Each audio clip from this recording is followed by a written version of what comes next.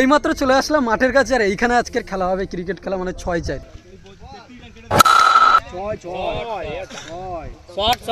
ভাইয়ের কাজ পুরো হয়ে গেছে। এই যে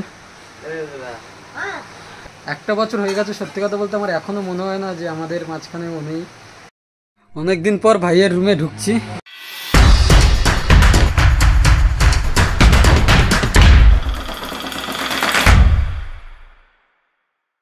ব্লক 318।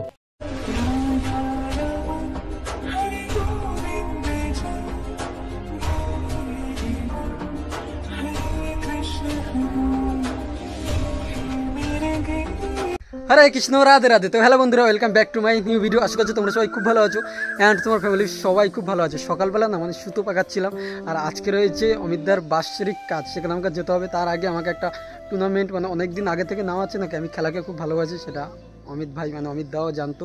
আর যাই হোক, এখন আমি যাবো ক্রিকেট খেলতে। হ্যাঁ, 6-4 খেলা, 6-4 মিনিট। 6-4 আমরা খেলি না, মিনিচারই খেলি। তাও 6-4 একটা টুর্নামেন্ট নিলাম। সকালবেলা এখন এখানে কাজ করছিলাম। মা এখানে সকালবেলা রান্না করছে, মানে খেয়ে দিয়ে বেরোবো। যাচ্ছি তাহলে। এই রয়েছে কি অ্যাপাইক্কা, मुंह से सुपारी निकाल के बात कर रहे बाबा। এক পাইক্কা, আর ওইটা হচ্ছে 2 পাইক্কা, মানে দুদিকে আগুন জ্বলবে। হ্যাঁ, এক পাকার জোড়া পাকা। জোড়া বাগা। এইমাত্র চলে আসলাম মাঠের কাছে, আর এইখানে আজকের খেলা হবে ক্রিকেট খেলা, মানে 6-4। আমরা মিনিচার খেলি, কিন্তু 6-4 আজকের প্রথম খেলবো। দেখি 6 না মারতে হলে কী হবে, এই মাঠে সব 4 মারবো। আর এই যে মাঠ ভাই, আর এই যে আমার ব্যাট, সবাই চলে গেছে, ওখানে দাঁড়িয়ে আছে। চলো এখান থেকে আজকে টুর্নামেন্টটা খেলবো। খেলে দিলে আমি বেরিয়ে যাবো বকখালি, মানে অমিতদের বাড়ির ওখানে কাজ হচ্ছে। আর টিমটা অনেকদিন নেওয়া ছিল, তার জন্য খেলতে হবে ফাইনালি। ওই আর এই হচ্ছে আমাদের টিমের মালিক। দেখি এস, এই দাদাটার জন্য কোনো মেয়ে টেয়ে থাকলে দেখবে, ওকে বিয়ে দেবো, ঠিক আছে। ফাইনালি আমাদের খেলা শুরু হয়ে গেলো, আর আমাদের হচ্ছে প্রথম ব্যাট।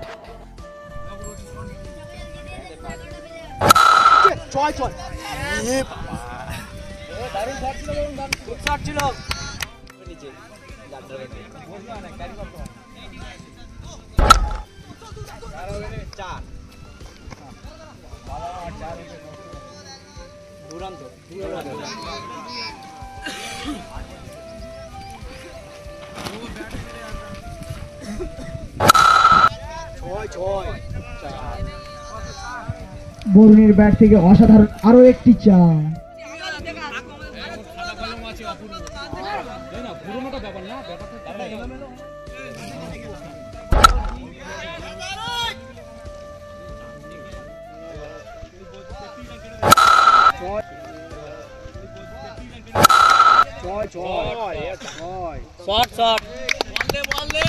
বরুণের ব্যাট থেকে আরো একটি 6।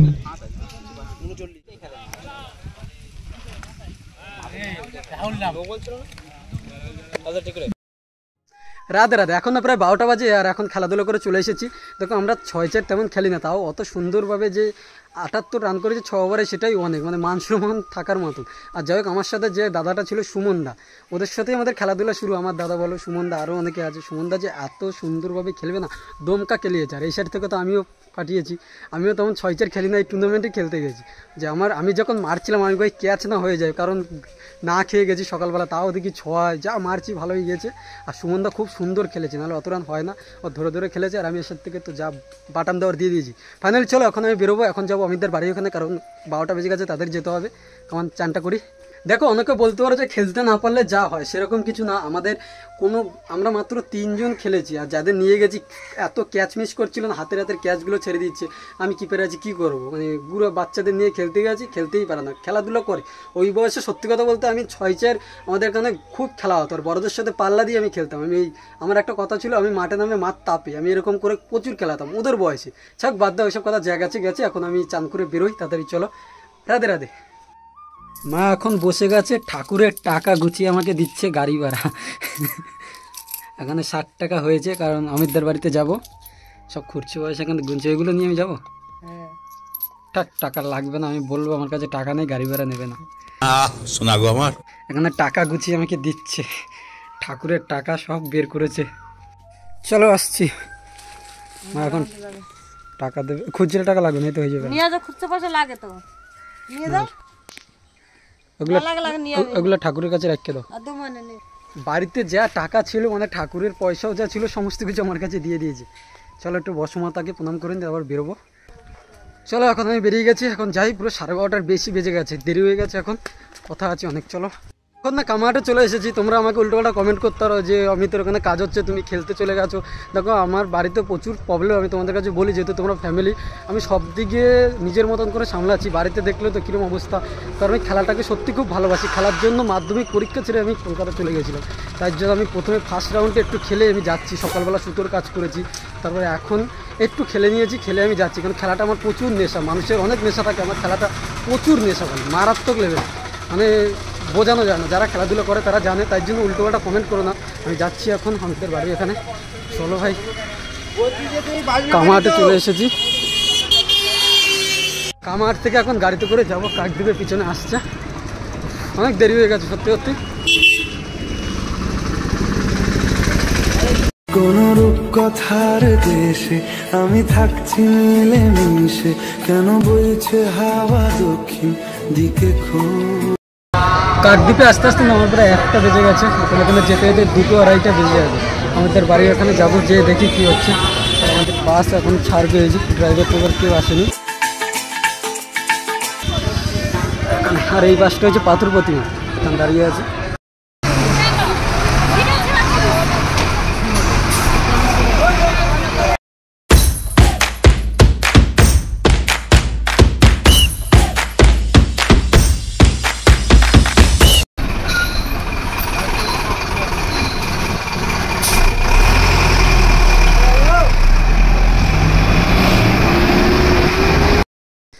এখন প্রায় 2টো বাজে, আমি শিবপুর জংশনে নেমে গেছি। আর চলো এখন যাই ভাইয়ের বাড়িতে, যে দেখি কি হয়, সামনেই আছে।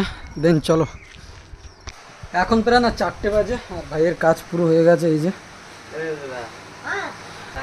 আমি যখন এসেছি তখন 2টো বাজে, তখন কাজ বাজ হয়ে গেছে। যাই হোক, এসে দেখতে পারিনি, মানে সব কাজ বছরের পুরো শেষ হয়ে গেছে।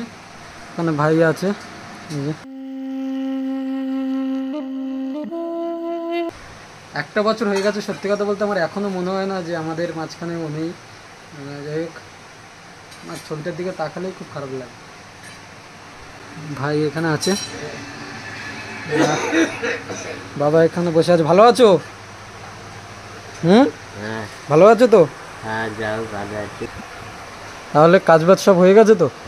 আর কিছু বাকি নেই? আর তোমাদের কি গয়া টয়া যেতে হয়? গয়া টয়া যেতে হয়? গয়া গয়া যেতে হয় না? তাহলে তো ভালো। আর বুকের ব্যথা ব্যথা ঠিক আছে তো সব? ঠিক আছে, ওকে। চলো এখন একটু বসে থাকি। বাবা মা মরলে গয়াল যাওয়া যায়। আচ্ছা, ছেলে মরলে যায় না। অনেকদিন পর ভাইয়ের রুমে ঢুকছি, আর এই সেই রিং লাইট। আমার সত্যি কথা বলতে ভয় লাগে এই রুমটা আসতে, এখান থেকে নামতো, তার জন্য অনেক দিন পর, 3-4 মাসেরও বেশি হয়ে গেছে। এই যে রুম, হরে কৃষ্ণ। তোমার তো খেয়ে পড়ে ও ঠাকুমা, ও বাবা, তাহলে আমি আসি। হ্যাঁ আসি, টাটা বাই বাই। হরে কৃষ্ণ, তুমি এই করো না, আমি আসবো না। হরে কৃষ্ণ। ঠিক আছে, ব্যাগটা নিয়ে। ও বাবা, কান্না করবো না আমার। আসি তাহলে, ওই দিদির সাথে চলে যাই আমি, আমাদের গাড়িতে চলে যাবো। ঠিক আছে? আর আমি আসবো না, দাদার সাথে কথাবার্তা করে ফোন টোন আমি দেখবো না, বুঝতে পারছো? করবোই, বলো না, ফোন না করলে ওরা ঠিক আছে। যে বলে বাবাকে দিয়াবো। বড় মোবাইল না, বড় মোবাইল এখন না, আমি কথাবার্তা বলি তারপর। পরে নিয়ে যাবে। ফোন আমি রাখছি গো বাবা। এইমাত্র উঠে বসলাম দিদির গাড়িতে। প্রত্যেকটা সময় এখান থেকে আমি বাসে করে যাই, কিন্তু আজকের আমি এখান থেকে যাচ্ছি গাড়িতে করে। দিদি আমি বললাম আমাকে একটু লিফট দিয়ে দাও, মানে সামনে ছেড়ে দাও, আমি যেহেতু কামাহাটে নামবো, তো এখন দিদির গাড়িতে করে যাচ্ছি। চলো ফাইনালি এখন যাই ওখান থেকে বেরিয়ে এসে। ফাইনালি এখন চলে এসেছি, বাড়িতে যাচ্ছি সাইকেল নিয়ে, আর এসেছি মানে দিদির গাড়িতে। কোন দিন বুঝতে পারছো যে মা সোনাদি বলতো না, সেই সোনাদির গাড়িতে চলে এসেছি, অনেকটা হেল্প হয়েছে আমার। যাই হোক, এসব কথা বাদ দাও, এখন চলো বাড়িতে যাই, বাড়িতে যেয়ে কথাবার্তা হবে। অন্ধকার হয়ে গেছে পুরো একদম রাস্তা। এখন প্রায় না বাড়িতে চলে এসেছি, আর ক্যামেরা ধরে যাচ্ছে আমাদের সায়ন। আমি ব্যাগটা নিয়ে কোনোদিন অমিতদের বাড়িতে যাই না, কিন্তু আজকের গিয়েছিলাম। আজকের রাতটা ওখানে থাকার প্ল্যান ছিল। আমি ব্যাগের মধ্যে সমস্ত কিছু নিয়েছিলাম, বুঝতে পারলে, যে চার্জার ফার্জার সব নিয়েছিলাম, যেন ওইখানে আমি থাকবো। এই যে আজকে প্যান্টুনও নিয়েছিলাম, কিন্তু থাকিনি, তাই একটু কারণ আছে। কারণ ওখানে আছে সবাই দেখছে, তার জন্য ভাবলাম যে আমি আর থেকে কি করব। আমি গিয়েছিল অনেক লাস্টে, কেউ কিছু মনে করো না, কারণ আমি যখনই ডাকি আমি তখনই যাই। ঠিক আছে, দিদি এসেছিলো, যাচ্ছে, আমি গামছা টামছা সব নিয়ে গেছি থাকবো বলে। আর অমিতদার যে ঘরে আমার একা থাকতে হবে না, তাই জন্য আমি থাকিনি আর চলে এসেছি। হরে কৃষ্ণ, মানে এগুলো আমি রেখে দিই। রাধে রাধে। সকালবেলা ভিডিওটা শুরু করছি, ওকে নামিয়ে দিই। কালকে আমি গিয়েছিলাম অমিতদার বাড়িতে, ওইখানে বাড়িতে যাওয়ার সাথে সাথে আমি সকালবেলা রাতে ক্লিয়ার করে বলিনি, সাথে সাথে আমি ফোনটা বার করেছি। মা বলে কি আমার সাথে ভিডিও করবে না বা ভিডিও করবে না এরকমভাবে বলেছি। আমি মানে শুনে আচমকা হয়ে যাই যে যাদের জন্য এত কিছু করছি তাদেরকে কি বোঝাচ্ছে ভাই আমি জানি না, নোটিস করতে পারছি, এসব বাদ দাও বলেছে। আমার অনেকটা খারাপ লেগেছে। সবসময় আমার জায়গা অন্য ছেলে হলে না, মানে নিজের ছেলেও যা এত কিছু করতো না আমি যা করেছি, আর অন্য কেউ করেনি। টাকা দেওয়া, টাকা 2000 টাকা দিয়ে চলে আসলাম, সেই ব্যাপারে আলাদা। আমি নিজের থেকে যা করেছি নিজের ছেলেরাও এখন তা করে না যা আমি করেছি। আজকে তোমাদের কাছে বলি, কিছু কিছু সময় অনেক অপমান হয়েছি, অনেক খারাপ লেগেছে, কারণ সব মুখ বুঝে ওই মানুষ দুটোর জন্য, অমিতদার জন্য সহ্য করে নিয়েছি।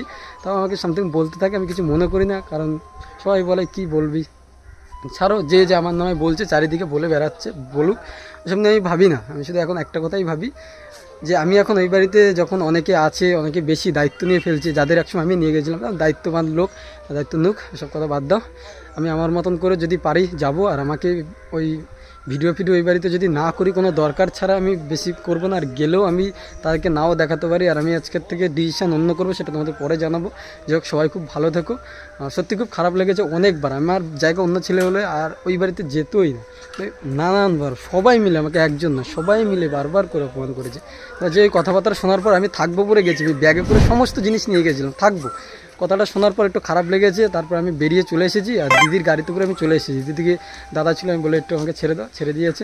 যাই হোক, আমার কালকে একটু সমস্যাও ছিল, হ্যাঁ, বাদ দাও। সবাই খুব ভালো থেকো, সুস্থ থেকো। সবাই আমাকে অপমান করো, গালাগালি দু, কিন্তু আমি জানি আমি কেমন, আমার ফ্যামিলি জানে, ভগবান জানে, এটাই করলে হবে। 1 বছর ধরে একটা সুইচ পর্যন্ত এই বাড়ির ধরিনি আমি, এতটাই।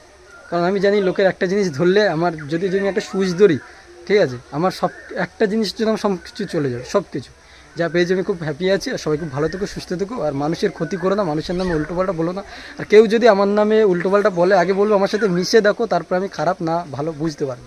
রাধে রাধে।